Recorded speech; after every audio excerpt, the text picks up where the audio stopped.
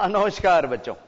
रेखाएं और कोण अध्याय 6 हमारा चल रहा था और आपको याद होगा पिछली बार हमने अंतिम क्षणों में आप लोगों को दो समांतर रेखाओं पे बनने वाले कोण बताए थे। चूंकि वो हमारी इस एक्सरसाइज में इस चैप्टर में बल्कि बार बार लगेंगे तो हम तेजी से आप लोगों को एक बार फिर से बता देते हैं। यस, ये दो समांतर रेखाएं और इनको ये एक रेखा कट कर रही है जिसको हम कहते हैं तिर्यक रेखा। ठीक है, यस, ये तिर्यक रेखा इन्हें कट कर रही है और यहां पे हम कोणों के नाम 1, 2, 3, 4 इस सीक्वेंस में रख रहे हैं। 5, 6, 7 और 8। अब इनमें हमने कुछ बताए थे आपको। शीर्षाभिमुख कोण के कारण बराबर कौन से हैं, तेजी से एक बार आपसे पूछते हुए भी चल लेते हैं हम। शीर्षाभिमुख कोण मींस वर्टिकली अपोजिट एंगल्स। तो 1 बराबर 3 के हुआ, 2 बराबर 4।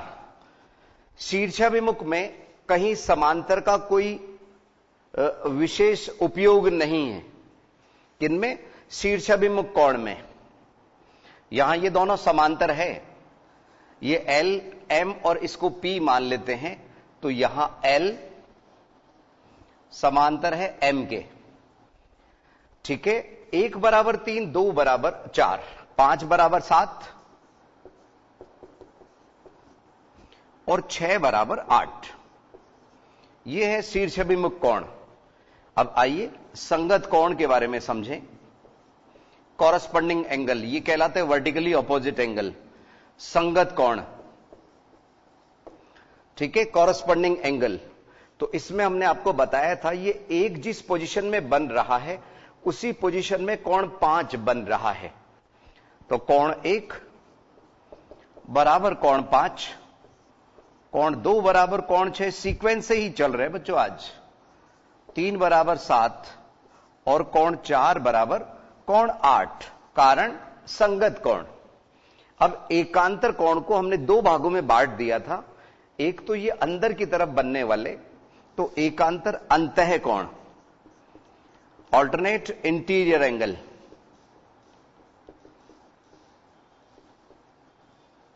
ठीक है, ऑल्टरनेट इंटीरियर एंगल, अंदर की तरफ बनने वाले कोण। तो इसमें कोण 4 बराबर कोण 6 और कोण 3 बराबर कोण 5, एकांतर अंतः कोण। और एकांतर बाह्य कोण कौन से हैं बच्चों? हां,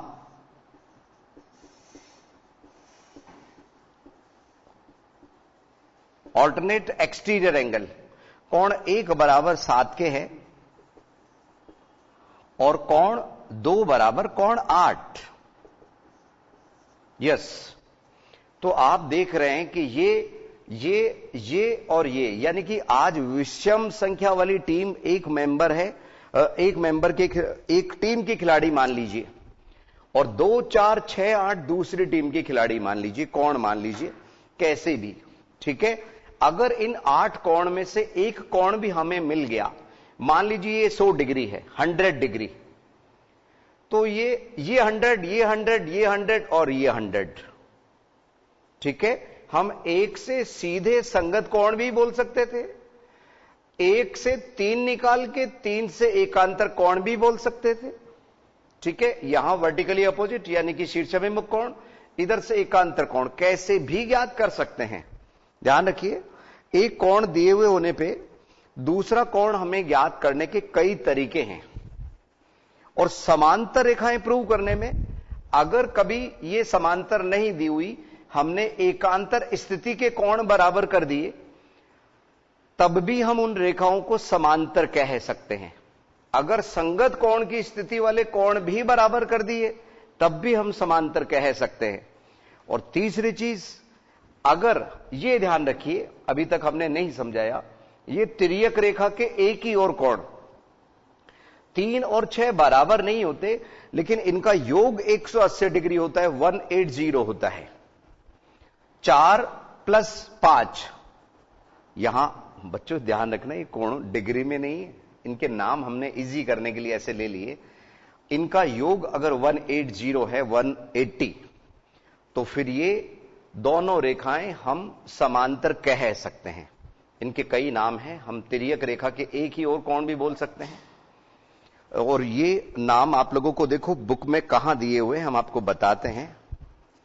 यस, रेखिक युग्म का कंसेप्ट आपको सभी को मालूम है। ये पेज नंबर 119 पे जहां संगत एकांतर अंतः कोण, एकांतर बाह्य कोण और तिर्यक रेखा के एक ही ओर बने कोण, ये तिर्यक रेखा के एक ही ओर में कोण 4 और 5 इसी सीक्वेंस में इन्होंने लिए।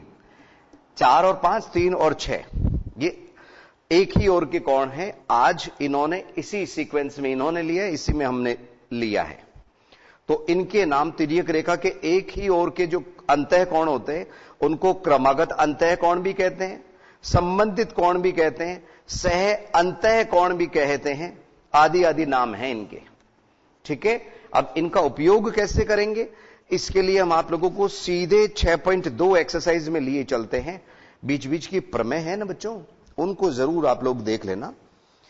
प्रमेय, अभिग्रहित और प्रमेय कुछ कुछ दिए हुए हैं बीच बीच में, उनको आप देख लेना।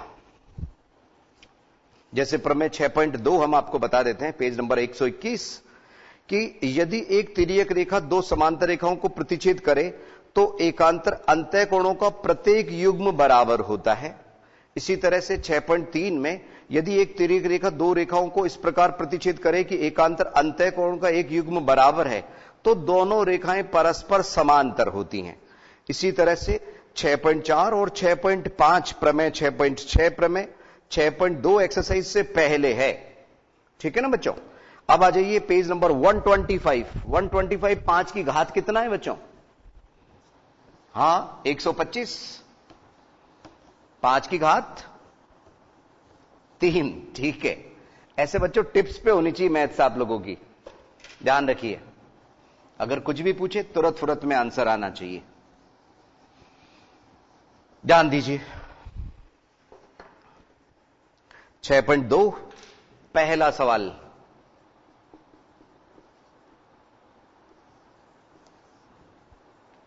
Page number 125। सवाल कुछ इस प्रकार है कि आकृति 6.28 में x और y के मान ज्ञात कीजिए और दर्शाइए कि AB समांतर CD है। अब बच्चों सुनो, जब हमारे को समांतर सिद्ध करना है ना तो समांतर ही बनाइए। ठीक है ना, समांतर जैसी ही नजर आए ऐसे बनाइए। देखिए कैसे करेंगे, ध्यान दीजिए।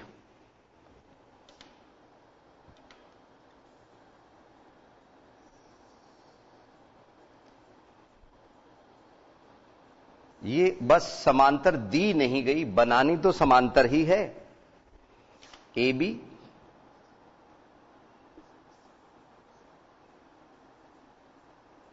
A और ये B और इधर CD, CD और ये इनको एक प्रतिच्छेदी रेखा कट कर रही है दोनों को। यहां कोणों में जो नाम दिए गए हैं x और 50 डिग्री, यहां x है, इस जगह 50 डिग्री हमारे को दिया है, और इस जगह y है, और इस जगह 130 डिग्री है। एक तो हमें x और y के मान ज्ञात करने हैं, x भी ज्ञात करना है, y भी ज्ञात करना है, और टारगेट है हमारा सिद्ध करने का। सिद्ध करना है AB समांतर CD है।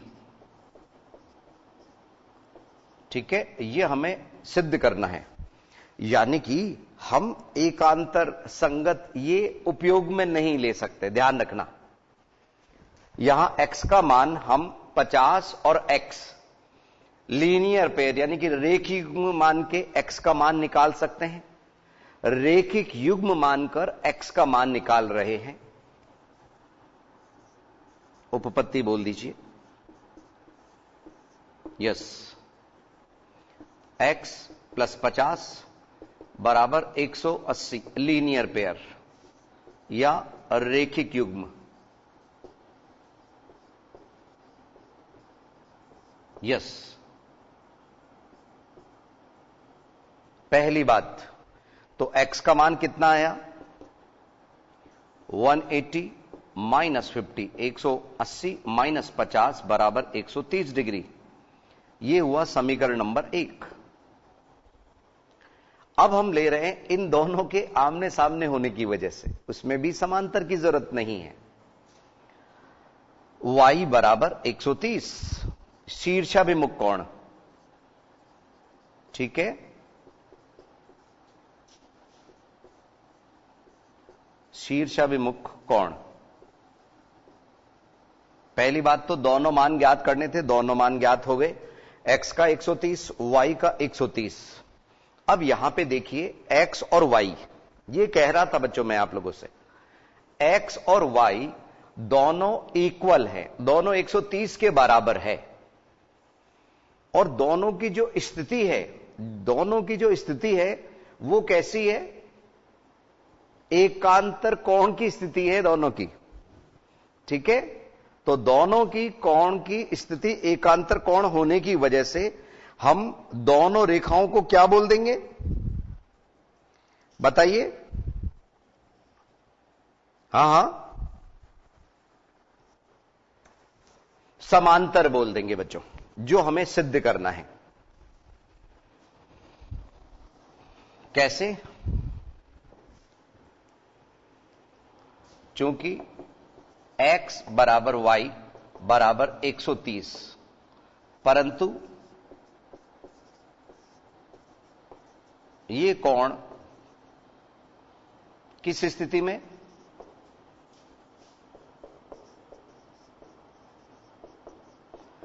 एकांतर कोण की स्थिति में है।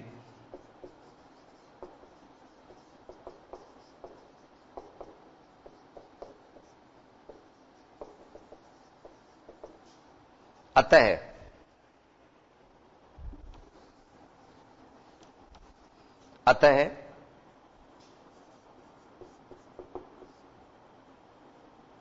ए बी समांतर सी डी। यस, उतार लीजिए बच्चों, जल्दी से देख लो आप इसको।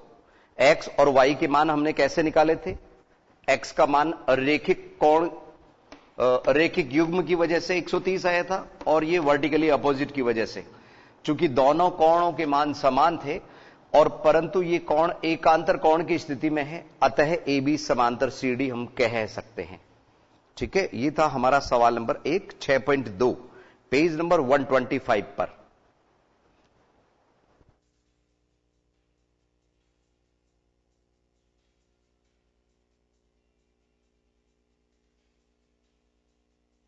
यस बच्चों, अब सवाल नंबर 2 में आकृति 6.29, ये तो मालूम है ना बच्चों, 6.29 किस आधार पे लिखते हैं, 6 मतलब छठा चैप्टर और 29 मतलब 29 वाला फिगर है इस चैप्टर में, ठीक है। तो यहां पे ए बी समांतर आपको सीडी दी गई है, सीडी समांतर ई एफ है। तो जब दोनों में सीडी कॉमन है, दोनों में सीडी कॉमन है, इसका मतलब हमारी तीनों ही भुजाएं समांतर हैं, और y रेशो z आपको दिया है क्या, 3:7, y अनुपात z 3:7 है। तो x का मान ज्ञात कीजिए।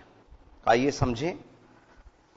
अब बच्चों सुनो, इसका उपयोग हम अगले इसमें कर लेते हैं ना, सवाल नंबर 2 में उपयोग हो रहा है। देखिए x की जगह x ही है, a भी अपनी जगह पे है, ठीक है, और y इस जगह नहीं होके, है ना बच्चों, दूसरी जगह है। y कहां है, और इसको थोड़ा सा आगे बढ़ा के EF को भी ले लेते हैं। यस बच्चों, ध्यान दीजिए, इसको थोड़ा सा आगे बढ़ा के एक रेखा हम और ले लेते हैं।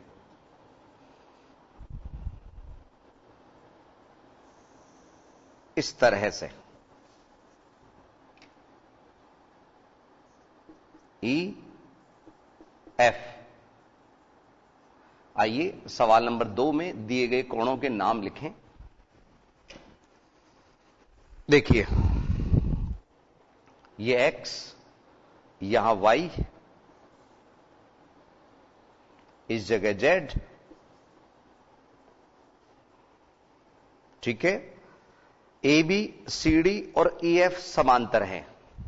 हमारे को ज्ञात करना है x का मान, वो उत्तर होगा हमारा। x का मान हमारा इसका उत्तर होगा। हमारे को दिया क्या है, y अनुपात z दिया है 3:7 और x ज्ञात करना है। ये l बच्चों हमने एक सवाल में लिया था समांतर। x का मान हमें ज्ञात करना है। पहले एक बार रफली समझ लीजिए, हल्का फुल्का समझ लीजिए, तो आपको समझने में आसानी रहेगी बच्चों। यस, देखिए ये x और y, ये इन दोनों का टोटल 180 होगा, क्योंकि तिर्यक रेखा के एक ही ओर के कोण है। अब रही बात y और z की, तो हम सीधे x और z को अगर देखें तो जो x का मान होगा वही z का मान होगा, जो x का मान होगा वही z का मान होगा। और y और z, इसमें बच्चों एक काम करते हैं हम, सुनिए जरा। इस जगह पे हम कोई नया कोण मान लेते हैं m। तो m और z बराबर क्यों होंगे? संगत कोण के कारण बराबर होंगे, ठीक है। संगत कोण के कारण से z बराबर m होगा और y और z का टोटल 180 डिग्री होगा, क्योंकि ये रेखिक युग्म बन रहे हैं, लीनियर पेयर है। तो इस आधार पे हमारे को ये 3:7 वाला जो अनुपात दिया गया है, ठीक है, इससे हमारे को दोनों कोण ज्ञात हो जाएंगे, y भी और z भी। और जो z का मान होगा वो हमारा x का मान होगा, ध्यान रखिए। तो संकेत हमने आपको बता दिया, y रेशियो z 3a और 7a मान लेना, टोटल 10a हो गया, बराबर 180 डिग्री ले लेना, तो a का मान 18 डिग्री आ जाएगा। 18 को 3 से गुणा करेंगे, y का मान 18 को 7 से गुणा करेंगे तो z का मान आ जाएगा, ठीक है। तो संभवतः आप 1-2 मिनट का हम आपको वक्त दे रहे हैं, आप कीजिए इसको। मिलते हैं बच्चों 1-2 मिनट के अंतराल के बाद।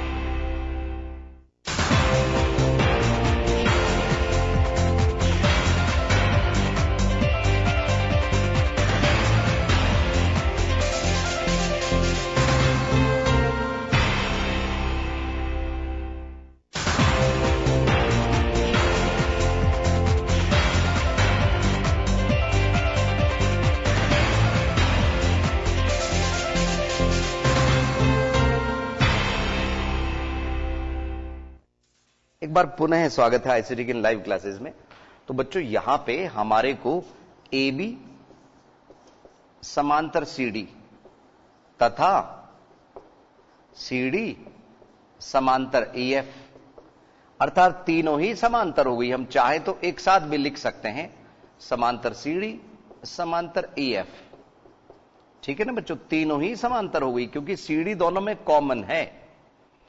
अब हमारे को y अनुपात z दिया है, तो माना y बराबर 3a। यहां a का उपयोग तो हुआ है, लेकिन ये हमने स्मॉल a लिया है। x क्योंकि सवाल में है इसलिए 3x 7x मत लीजिए, नहीं लेना, यहां 7a, चूंकि y प्लस z। यहां पे पहले m का उपयोग कर ले हम थोड़ा सा। यस, Z बराबर M, कारण संगत कोण,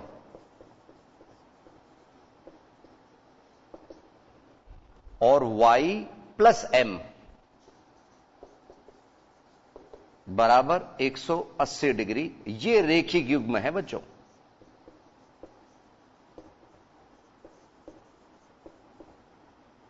रेखिक युग्म। अब यहां पे y का मान हमारा 3a है और m बराबर z के है, उसका मान 7a है। ये कह रहा था मैं आप लोगों से।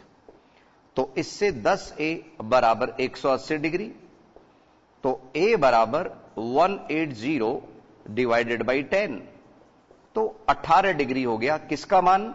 a का। a का मान 18 है, तो हमें z का मान निकाल लेना चाहिए। z बराबर 7a, z बराबर 7a यानी कि 7 गुणा 18, वो आ गया 126 डिग्री।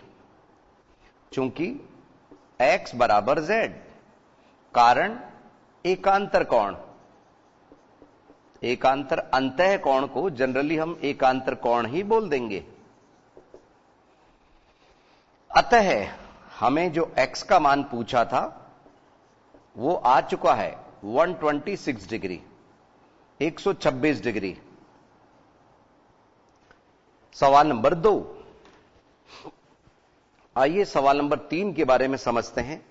सवाल नंबर 3, इसमें ए बी समांतर आपको सीडी दी गई है और EF लंब है सीडी पर। GED 126 डिग्री है। GED 126 तो आपको क्या क्या कोण ज्ञात करने हैं? 3 अलग अलग नाम दिए हुए हैं। यस, नंबर 1 AGE, GEF और FGE ज्ञात करने हैं। थोड़ा सा नामों से आप कंफ्यूज हो सकते हैं, तो संभल के नाम लिखना बच्चों। इसलिए ये X, Y, M लिखना थोड़ा सा आसान हो जाता है। समझिए कैसे करेंगे। देखिए सवाल नंबर 3, और 3 अलग अलग कोण ज्ञात करने हैं।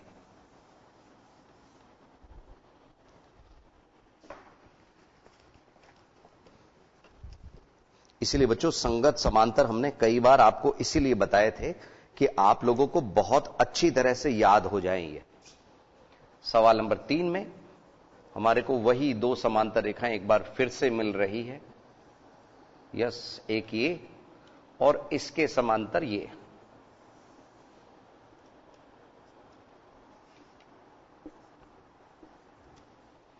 और यहां पे ये लंब खींचा गया है। इस पे ध्यान रखना बच्चों, समांतर रेखाओं पे एक पे 90 डिग्री है, तो ये अंडरस्टूड है कि वो दूसरी तरफ भी 90 डिग्री है।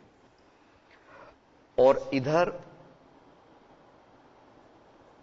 ये इस तरह से खींची गई है। आइए सवाल के अनुसार इनके नाम दें। ए, ये G, यहां F और यहां है B, यहां है C, यहां E और ये है D। ठीक है, हमारे को क्या क्या दिया है? AB समांतर है CD के। ये समांतर दिए गई हैं दोनों, और ये 90 डिग्री आपको दिया है। EF लंब है CD पर। अब क्या क्या ज्ञात करना है? एक कोण हमारे को दिया है GED। GED बराबर 126, और जो ज्ञात करने हमारे को क्या क्या ज्ञात करने हैं?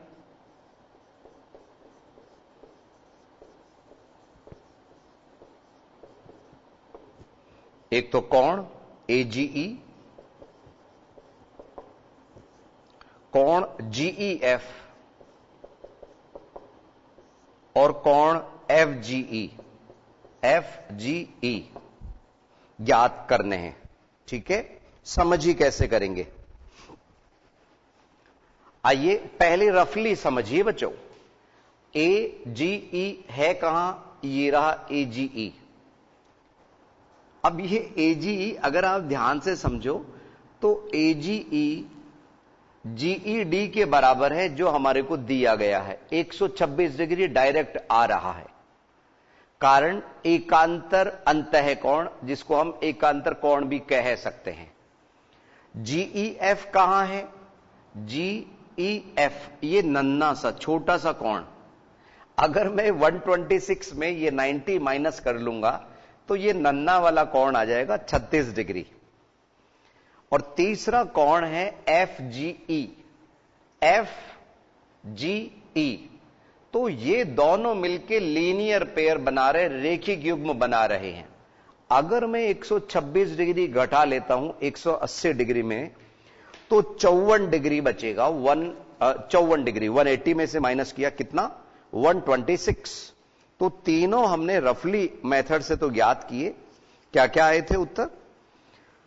तो बच्चों थोड़ा सा आप आइडिया लेके चलिए, सवालों के उत्तर किस तरह से कैसे ज्ञात होंगे। 126, 36 और 54 यही आए थे बच्चों। अब हम वो कारण सहित लिख देंगे। कैसे, ध्यान दीजिए।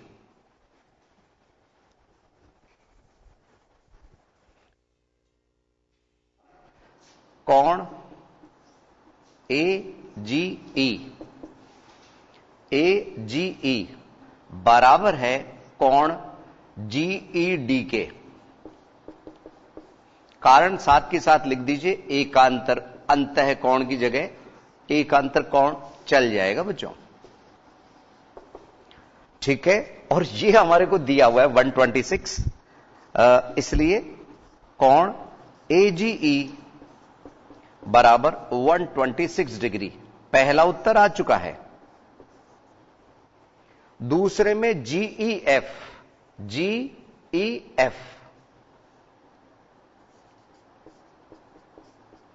तो GEF ज्ञात करने के लिए हमारे को GED में से, कोण GED में से माइनस कर देंगे FED।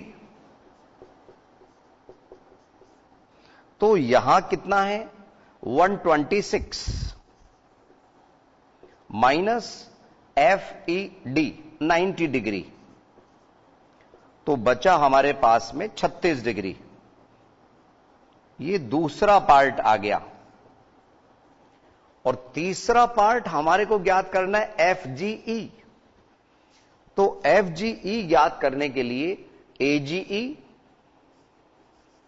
कोण AGE प्लस कोण FGE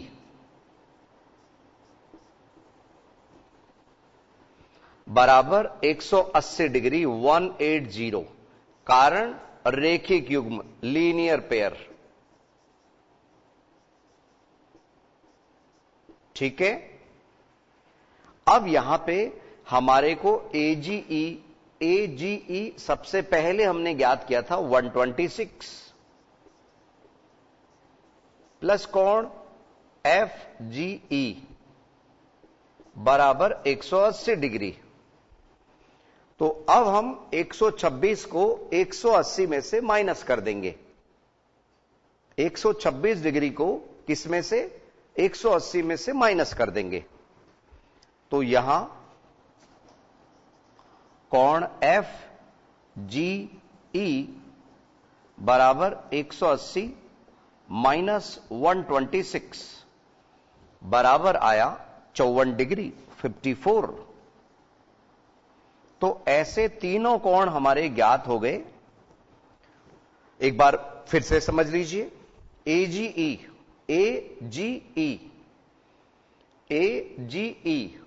तो ये पूरा कोण GED के बराबर है। ध्यान रखना, एकांतर कोण हमने इस वाले रेखाखंड को नजरअंदाज कर दिया इसमें। तो ये एकांतर कोण की वजह से 126 डिग्री आ गया। और ये जरूरी भी नहीं है बच्चों कि हम इसी सीक्वेंस से ज्ञात करें। आपको जो पहले सहज ज्ञात हो रहा है वो आप ज्ञात कर सकते हैं, ठीक है। अब हमारे को दूसरा कोण ज्ञात करना था GEF।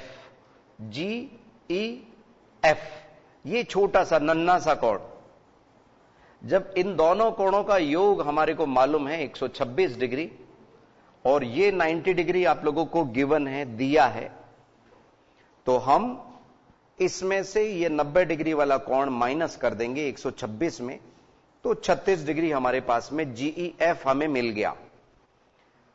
और अगला जो कोण है FGE, क्या बोला? FGE, तो इन दोनों का जो टोटल है, ये कोण और ये कोण, इनका टोटल 180 डिग्री है। और बच्चों चाहें तो त्रिभुज के तीनों कोण से भी ज्ञात कर सकते हैं। ये 90 डिग्री आपको मैंने बताया था, जब दो समांतर रेखाओं में एक पे लंब है तो वो दूसरे पे भी लंब है, तो 90 डिग्री यहां हुआ। ये कोण हमने ज्ञात किया था 36 डिग्री। अगर इन दोनों को योग करेंगे तो 126 डिग्री। त्रिभुज के तीनों कोणों का योग 180 डिग्री, तो 180 में से 126 घटाए आएगा तो 54 डिग्री ही, 54 डिग्री। चाहे किधर से भी ज्ञात करें, मेथड सही होना चाहिए। ठीक है, तो हमने ये रेखिक युग्म लीनियर पेयर से ज्ञात करना उचित समझा। 126 प्लस FGE, तो FGE का मान 180 माइनस 26 बराबर 54 डिग्री। ठीक है ना बच्चों? अब ये जो आगे के सवाल है, सवाल नंबर 4, इसमें संकेत भी दिया गया है। सवाल नंबर 5, सवाल नंबर 6।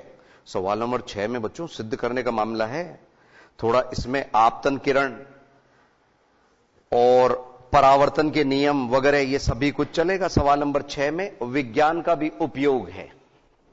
तो ये सवाल नंबर 3 के सभी भाग हमने ज्ञात किए। संभवतः यहां तक आप लोगों को समझ आ गया होगा। अगली क्लास में कुछ नया लेके हम फिर हाजिर होंगे। नमस्कार।